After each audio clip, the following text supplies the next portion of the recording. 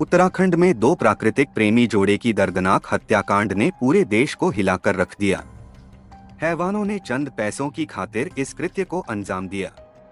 नमस्कार दोस्तों, मैं उपेश कुमार आप सभी का स्वागत करता हूं हमारे और आपके अपने चैनल कुम्हरिया टीवी में क्राइम की एक दर्दनाक कहानी के साथ।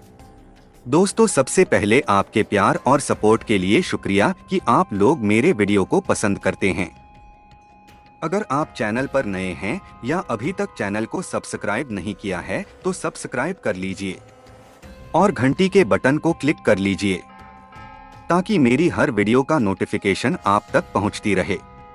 तो चलिए दोस्तों, कहानी को विस्तार से जानते हैं। पश्चिम बंगाल के नदिया जिले के रहने वाले मृणाल कृष्णा दास उन खुशहाल लोगों में से थे जो अपने बच्चों को पढ़ा लिखाकर किसी काबिल बना देते हैं। वह एक सरकारी बैंक में नौकरी करते थे। कुछ साल पहले मिली सेवानिवृत्ति के बाद उनका अधिकांश समय घर पर ही बीतता था। उनके परिवार में पत्नी काजोल दास के अलावा दो बच्चे थे, मोमिता दास और बेटा मृगांक दास। मोमिता को चित्रकारी का शौक था। स्कूल कॉलेजों में होने वाली आर्ट प्रतियोगिताओं में वह हमेशा अव्वल आती थी। इसी के मद्देनजर उसने एमए तक की पढ़ाई आर्ट से ही की थी। प्राकृतिक फोटोग्राफी भी उसके शौक में शामिल थी। मोमिता की पढ़ाई पूरी हो चुकी थी, इसलिए 2 साल पहले घर वालों की सलाह पर वह कैरियर बनाने के लिए नदिया से दिल्ली आ गई थी। वह चूंकि समझदार थी, इसलिए उसके अकेले दिल्ली आने पर माता पिता को ज्यादा चिंता नहीं थी। मोमिता का छोटा भाई मृगांक भी पढ़ाई के लिए बेंगलुरु चला गया। दिल्ली आकर मोमिता ने अपने एक परिचित के माध्यम से दक्षिणी दिल्ली के लाडोसराय इलाके में किराए पर एक कमरा ले लिया और अपने लिए नौकरी ढूंढनी शुरू कर दी। थोड़ी कोशिश के बाद उसे गुड़गांव हरियाणा के एक निजी स्कूल में आर्ट टीचर की नौकरी मिल गई। 28 वर्षीय मोमिता स्वभाव से मिलनसार व खुशमिजाज थी। कुछ दिनों बाद मोमिता की दोस्ती ग्राफिक डिजाइनर अभिजीत पॉल से हो गई। अभिजीत भी पश्चिमी बंगाल के कोलकाता शहर का रहने वाला था और दिल्ली में रहकर अपना कैरियर बनाने की कोशिश कर रहा था। दोनों की आदतें, विचार और शौक एक जैसे थे, लिहाजा उनकी दोस्ती बदलते वक्त के साथ प्यार में बदल गई थी। उनकी इस दोस्ती की खबर उनके परिजनों तक भी पहुंच गई थी। मोमिता के माता पिता ने इस बात पर कोई ऐतराज नहीं किया। वे जानते थे कि बेटी ने जो कदम उठाया है वह कुछ सोच कर ही उठाया होगा। मोमिता को प्राकृतिक सौंदर्य से बहुत प्यार था। वह जब भी कहीं घूमने के लिए जाती थी तो अक्सर वहां की फोटोग्राफी किया करती थी। कुछ पत्र पत्रिकाओं में उसके द्वारा खींचे गए फोटो छपने भी लगे थे। बेटी की उपलब्धियों से मृणाल बहुत खुश थे। वह लगातार उसके संपर्क में रहते थे। 22 अक्टूबर 2004 की सुबह का समय था। मृणाल कृष्णदास के पास मोमिता का फोन आया। उसने बताया, पापा मैं आज उत्तराखंड जा रही हूँ। क्यों? मृणाल ने पूछा। बस घूमने और अच्छे फोटोग्राफ के लिए। अकेली जाओगी? नहीं पापा, मेरे साथ अभिजीत है। हम दोनों जा रहे हैं। बेटियां भले ही कितनी भी समझदार क्यों न हो जाएं, माता पिता को हमेशा उनकी फिक्र लगी ही रहती है। मृणाल को भी उसकी फिक्र रहती थी, इसलिए उन्होंने उसे सफर की सावधानियों के बारे में समझा दिया। मृणाल ने शाम को मोमिता को फोन किया तो उसने बताया कि वे लोग देहरादून पहुंच गए हैं और कल से घूमने का प्रोग्राम बनाएंगे। अगले दिन उनकी बात हुई तो मोमिता ने बताया, पापा आज हम लोग चक्राता जाएंगे। यहाँ की बहुत खूबसूरत जगह है। मोमिता की बातों से ही झलक रहा था कि उत्तराखंड पहुंचकर वह बहुत खुश थी। 24 अक्टूबर को मृणाल बहुत परेशान थे। उनकी परेशानी की वजह मोमिता थी। 23 अक्टूबर की शाम से उनका मोमिता से कोई संपर्क नहीं हो पा रहा था। बार बार फोन मिलाने पर भी मोबाइल स्विच ऑफ आ रहा था। कृष्णा समझ नहीं पा रहे थे कि आखिर मोमिता का मोबाइल अचानक क्यों बंद हो गया। वह सैकड़ों मील दूर थे। उनकी परेशानी पत्नी काजोल से भी नहीं छिपी रह सकी। क्यों परेशान हैं आप? काजोल ने पूछा। मोमिता का नंबर नहीं लग रहा है। मृणाल ने कहा, नेटवर्क में नहीं होगी या मोबाइल की बैटरी खत्म हो गई होगी। वह तो मैं भी समझता हूँ, लेकिन बहुत वक्त हो गया है। इस बात से वह भी परेशान हो गई। इसके बाद इंतजार का सिलसिला शुरू हो गया, लेकिन न तो मोमिता का नंबर मिला और न उसका फोन आया। इससे पति पत्नी को किसी अनहोनी की आशंका होने लगी। देखते देखते 4 दिन बीत गए। अगर मोमिता का मोबाइल खो गया था तो भी उसे संपर्क करना चाहिए था। ऐसा कभी नहीं होता था कि वह उन लोगों से बात न करें। नाते रिश्तेदारों की सलाह पर मृणाल कृष्णा दिल्ली आ गए। अपने बेटे को भी उन्होंने बेंगलुरु से बुलवा लिया। मृणाल कृष्णा ने दिल्ली के थाना साकेत जाकर पुलिस को बेटी से संबंधित अपनी चिंता बताई। चिंता की बात यह थी कि मोमिता का अपने घर वालों से संपर्क नहीं हो पा रहा था। पुलिस ने गुमशुदगी संख्या 33A पर मोमिता की गुमशुदगी दर्ज कर ली। दूसरी तरफ कोलकाता में अभिजीत के घर वाले भी परेशान थे। उसका भी कुछ पता नहीं चल रहा था। उसके घर वालों ने कोलकाता में ही उसकी गुमशुदगी दर्ज करा दी थी। गुमशुदगी दर्ज करके मोमिता के मामले की जांच सब इंस्पेक्टर दुर्गादास सिंह के हवाले कर दी गई। मामला एक युवक युवती के लापता होने का था। इस मामले में अपनी मर्जी से गायब हो जाने की आशंकाएं भी नहीं थीं, क्योंकि मोमिता व अभिजीत के रिश्ते उनके परिजनों से छिपे नहीं थे। पुलिस ने कुछ दिन इंतजार किया। जब कोई पता नहीं चला तो दिल्ली पुलिस की एक टीम उत्तराखंड के लिए रवाना हो गई।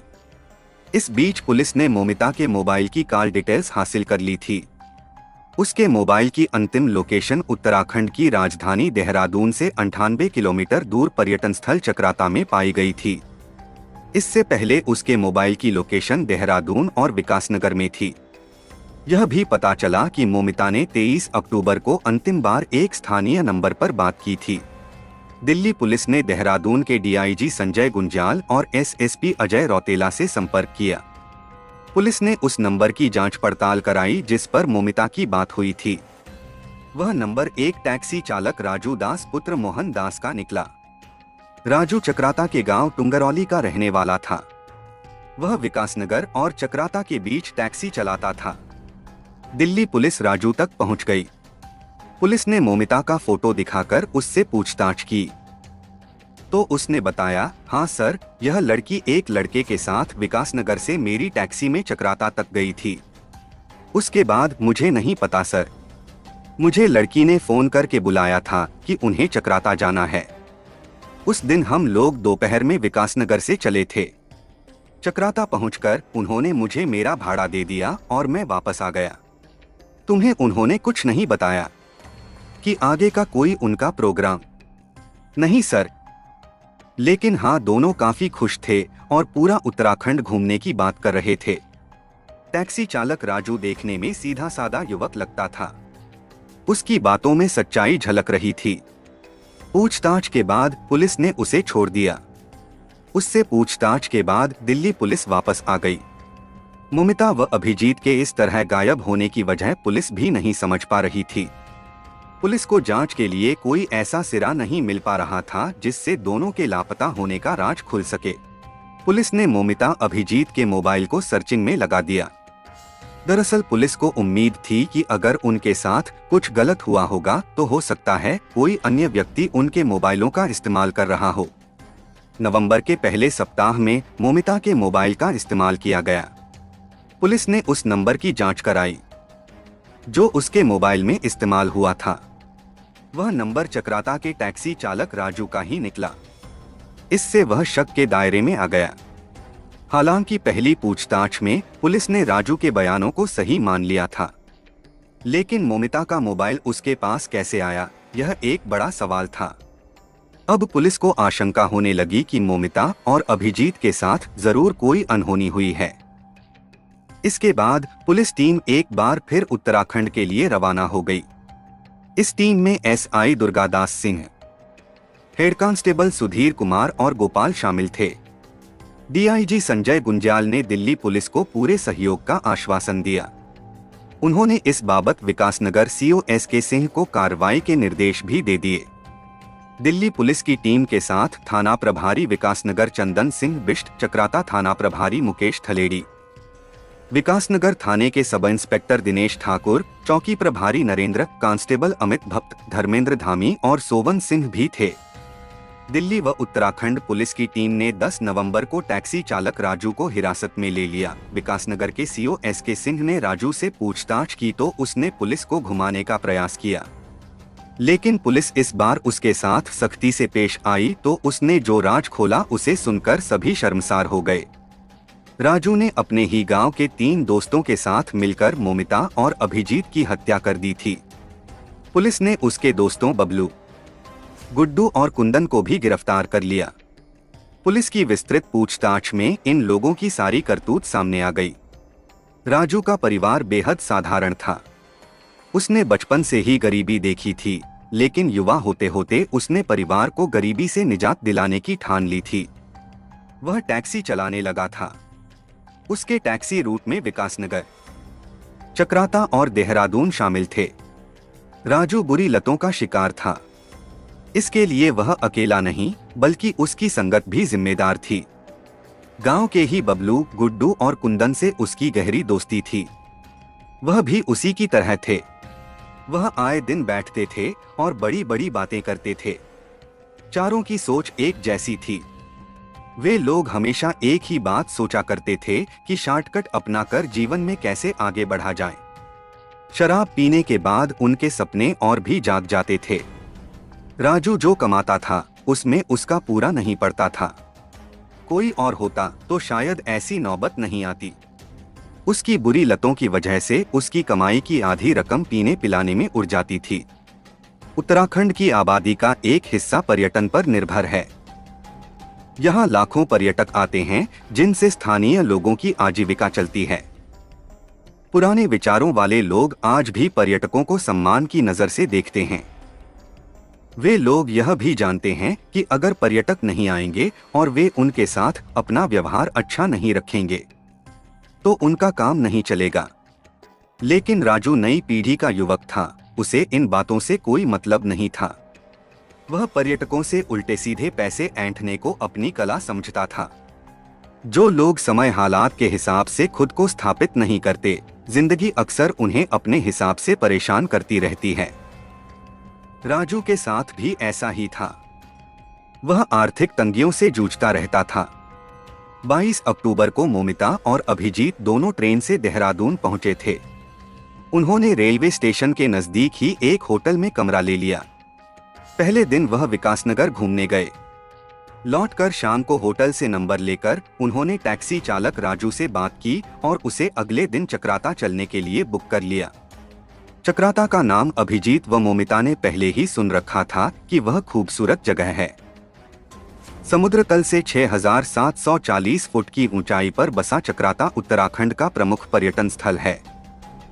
इसके साथ साथ यहाँ भारतीय सेना का क्षेत्रीय कार्यालय है।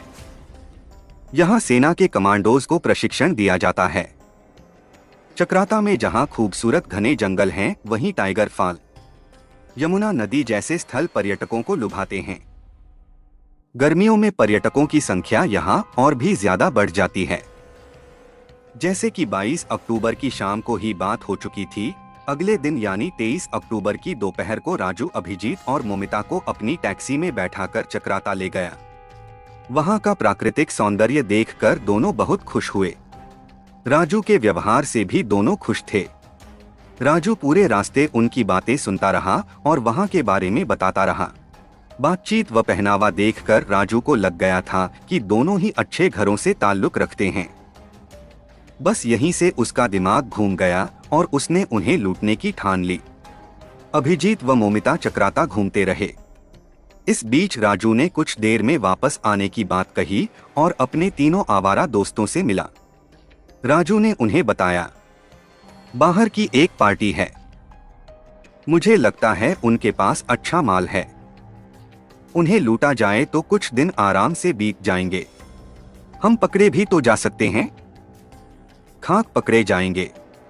दोनों बंगाल के रहने वाले हैं, यहीं कहीं ठिकाने लगा देंगे। राजू ने कहा तो चारों ने मिलकर लूटपाट की योजना बना ली। इसके बाद उन्होंने शराब पी। शराब पीकर राजू जाने लगा तो उसने तीनों दोस्तों से टाइगर फॉल के बाहर मिलने को कहा। इसके बाद राजू अभिजीत व मोमिता के पास गया और उन्हें टाइगर फॉल घुमाने ले गया। दोनों को प्राकृतिक नज़ारों ने बहुत लुभाया। वहां से वापसी के वक्त शाम होनी शुरू हो गई थी। जैसे ही वह सड़क पर आए तो योजना के अनुसार वहां बबलू, गुड्डू व कुंदन मिल गए। राजू ने उन्हें अपनी टैक्सी में बैठा लिया। यह देखकर मोमिता ने विरोध किया, भैया जब टैक्सी बुक है तो किसी को क्यों बैठा रहे हो? मेम साहब ये मेरे गांव के साथी हैं, इन्हें बस थोड़ा आगे रास्ते में छोड़ना है, आपको कोई परेशानी नहीं होगी, आप आराम से बैठिए। राजू ने समझाया तो मोमिता व अभिजीत ने विश्वास कर लिया। अभिजीत और मोमिता दोनों कला प्रेमी थे। चालाकियों से उनका वास्ता नहीं था, इसलिए भरोसा कर लिया। राजू के तीनों दोस्त भी टैक्सी में सवार हो गए। थोड़ा आगे जाने पर बबलू व अन्य ने राजू से स्थानीय भाषा में मोमिता से छेड़छाड़ करने की बात कही तो उसने थोड़ा अंधेरा होने का इंतजार करने को कहा।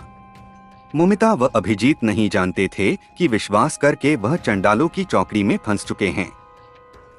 हल्का अंधेरा हुआ तो राजू के साथियों ने मोमिता से छेड़छाड़ शुरू कर दी। उनका यह रवैया दोनों को ही खराब लगा। उन्हें ऐसी उम्मीद कतई नहीं थी। अभिजीत ने उनका विरोध किया, यह क्या बदतमीजी है, क्या हम कुछ नहीं कर सकते? तीनों ने बेशर्मी से हंसते हुए उसे धमकाया, उठाकर खाई में फेंक देंगे और किसी को पता भी नहीं चलेगा। उस समय सड़क पर सन्नाटा था। इसके बावजूद भी अभिजीत नहीं डरा। अभिजीत को लगा कि वह ऐसे नहीं मानेंगे तो उसने उन लोगों से हाथापाई शुरू कर दी। इससे बौखलाए युवकों ने टैक्सी में पड़ी रस्सी निकालकर अभिजीत का गला दबा दिया। फलस्वरूप उसने छटपटाकर दम तोड़ दिया। मोमिता ने विरोध किया तो उन्होंने उसके साथ भी मारपीट की। वह डर से कांप रही थी। तीनों ने अभिजीत के शव को टैक्सी में पीछे डाल दिया। युवकों के सिर पर हैवानियत सवार थी। चलती टैक्सी में बबलू ने मोमिता के साथ दुराचार किया। बाकी साथियों ने उसकी मदद की। मोमिता चीखी चिल्लाई तो उसके साथ मारपीट की गई। इसके बाद उन्होंने दुपट्टे से गला दबाकर उसकी भी हत्या कर दी। मरने से पहले मोमिता बहुत गिड़गिड़ाई, लेकिन किसी को भी उस पर दया नहीं आई। दोनों का सामान लूटकर थोड़ा आगे जाकर राजू ने टैक्सी रोक दी। चारों ने मिलकर लाखा मंडल के पास एक पुल से मोमिता के शव को यमुना नदी में फेंक दिया। ये लोग अभिजीत का शव भी फेंकने वाले थे कि तभी एक गाड़ी आती दिख जाने से रुक गए और वहां से आगे बढ़ गए। आगे जाकर उन्होंने अभिजीत के शव को चक्राता के लाखा मंडल मार्ग पर क्वांसी के पास नौगांव इलाके में खाई में फेंक दिया। लूटा गया सामान आपस में बांटकर सभी अपने अपने घर चले गए। दोनों के मोबाइल उन्होंने स्विच ऑफ करके उनके सिम कार्ड निकालकर फेंक दिए। उधर संपर्क टूटने से मोमिता व अभिजीत के घर वाले परेशान हो गए थे और उन्होंने दोनों की गुमशुदगी दर्ज करवा दी। लूटे गए मोबाइलों का किसी ने इस्तेमाल नहीं किया। इस बीच कई दिन बीत गए और 30 अक्टूबर को उत्तरकाशी जनपद के पुरोला थाना क्षेत्र की नौगांव पुलिस चौकी क्षेत्र में एक युवक का शव मिला। सूचना पाकर थाना प्रभारी ठाकुर सिंह रावत मौके पर पहुंचे। उन्होंने उत्तरकाशी के एसपी जगतराम जोशी को घटना से अवगत कराया। मृतक युवक के पास कोई सामान या पहचान के लिए पहचान पत्र नहीं मिला था। पुलिस को यह मामला लूटपाट के लिए की गई हत्या का लगा था, इसलिए अज्ञात हत्यारे के खिलाफ धारा 302 और 201 के अंतर्गत मुकदमा दर्ज कर लिया गया।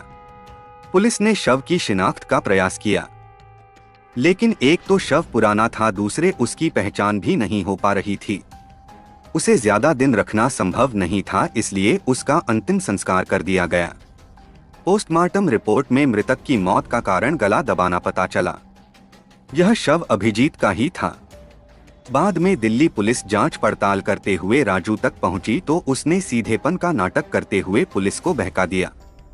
पुलिस ने भी उस पर विश्वास कर लिया, क्योंकि ऐसा नहीं लग रहा था कि वह इतना भयानक कृत्य कर सकता है। इसके बाद चारों दोस्तों ने एक बार फिर जश्न मनाया कि पुलिस को उन पर शक नहीं है और उसने झूठ बोलकर मामला सुलटा दिया है। राजू व उसके दोस्तों को यह विश्वास हो गया था कि उनका राज अब कभी नहीं खुलेगा और दिल्ली पुलिस इतनी दूर बार बार पूछताछ करने नहीं आएगी। यही सोचकर राजू ने मोमिता के मोबाइल का इस्तेमाल करना शुरू कर दिया था। उसकी इस बेवकूफ़ी ने पुलिस की मंजिल को आसान कर दिया और वह दोस्तों के साथ शिकंजे में फंस गया। अभिजीत का मोबाइल आरोपी कुंदन ने अपनी बहन को बतौर गिफ्ट दे दिया था। पुलिस ने आरोपियों के कब्जे से मोमिता व अभिजीत का मोबाइल, पर्स, शॉल व अन्य सामान भी बरामद कर लिया। फोटो के आधार पर अभिजीत के शव की पहचान हो चुकी थी, लेकिन मोमिता का शव अभी तक नहीं मिला था। अगले दिन पुलिस टीम हत्यारोपियों को लेकर चक्राता व उत्तरकाशी पहुंच गई। एसपी जगतराम जोशी व थाना प्रभारी पुरोला ठाकुर सिंह रावत भी आ गए। आरोपियों की निशानदेही पर पुलिस ने गोताखोरों की मदद से नदी के 12 किलोमीटर एरिया में मोमिता के शव की तलाश की, लेकिन उसका शव नहीं मिल सका। उसके शव का मिलना भी एक बड़ी चुनौती थी। अगले दिन पुलिस ने फिर तलाशी अभियान चलाया। इस बीच आरोपियों को पुरोला पुलिस के हवाले कर दिया गया। पुलिस ने अपराध संख्या 50/2014 पर आरोपियों के खिलाफ हत्या का मुकदमा दर्ज कर लिया। थाना प्रभारी ठाकुर सिंह रावत ने सुरक्षा के बीच सभी आरोपियों को अदालत में पेश किया, जहां से उन्हें 14 दिन की न्यायिक हिरासत में जेल भेज दिया गया। 13 नवंबर को आखिर पुलिस को मोमिता का शव नदी में मिल गया। पुलिस ने शव का पंचनामा भरकर पोस्टमार्टम हेतु भेज दिया। मोमिता के परिजन भी आ चुके थे। शव की हालत ऐसी नहीं थी कि उसे वे लोग ले जा सकते, इसलिए उन्होंने पोस्टमार्टम के बाद उसके शव का केदार घाट पर अंतिम संस्कार कर दिया। चक्राता जैसे शांत इलाके में अपनी तरह की यह पहली घिनौनी घटना थी। इस घटना को लेकर चक्राता व आसपास के लोगों में बहुत गुस्सा था। वे हत्यारों को फांसी देने की मांग कर रहे थे। इलाकाई लोगों ने अभिजीत व मोमिता की आत्मा की शांति के लिए कई कैंडल मार्च निकाले और मौन व्रत रखा। इस घटना को लेकर 16 नवंबर को चक्राता में कई गांवों के करीब 300 लोगों की पंचायत हुई। पंचायत में सर्वसम्मति से आरोपियों का सामाजिक बहिष्कार कर दिया गया। निर्णय लिया गया कि उनके घर वाले न तो उनसे जेल में मिलने जाएंगे और न ही उनकी पैरवी करेंगे। घर वालों ने उनसे नाता तोड़ दिया। लोगों को आशंका है कि इलाके की छवि धूमिल होने से पर्यटकों की संख्या पर बुरा प्रभाव पड़ेगा। आरोपियों के घर वालों की मांग है कि उनके बेटों को फांसी की सजा दी जाए। मोमिता व अभिजीत ने राजू पर विश्वास किया था, लेकिन उसने उनके विश्वास को बुरी तरह छलकर उनकी जिंदगी का चिराग हमेशा के लिए बुझा दिया।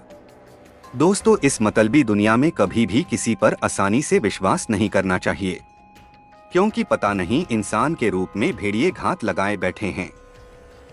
दोस्तों, इस कहानी में भी वही हाल मोमिता और अभिजीत के साथ हुआ।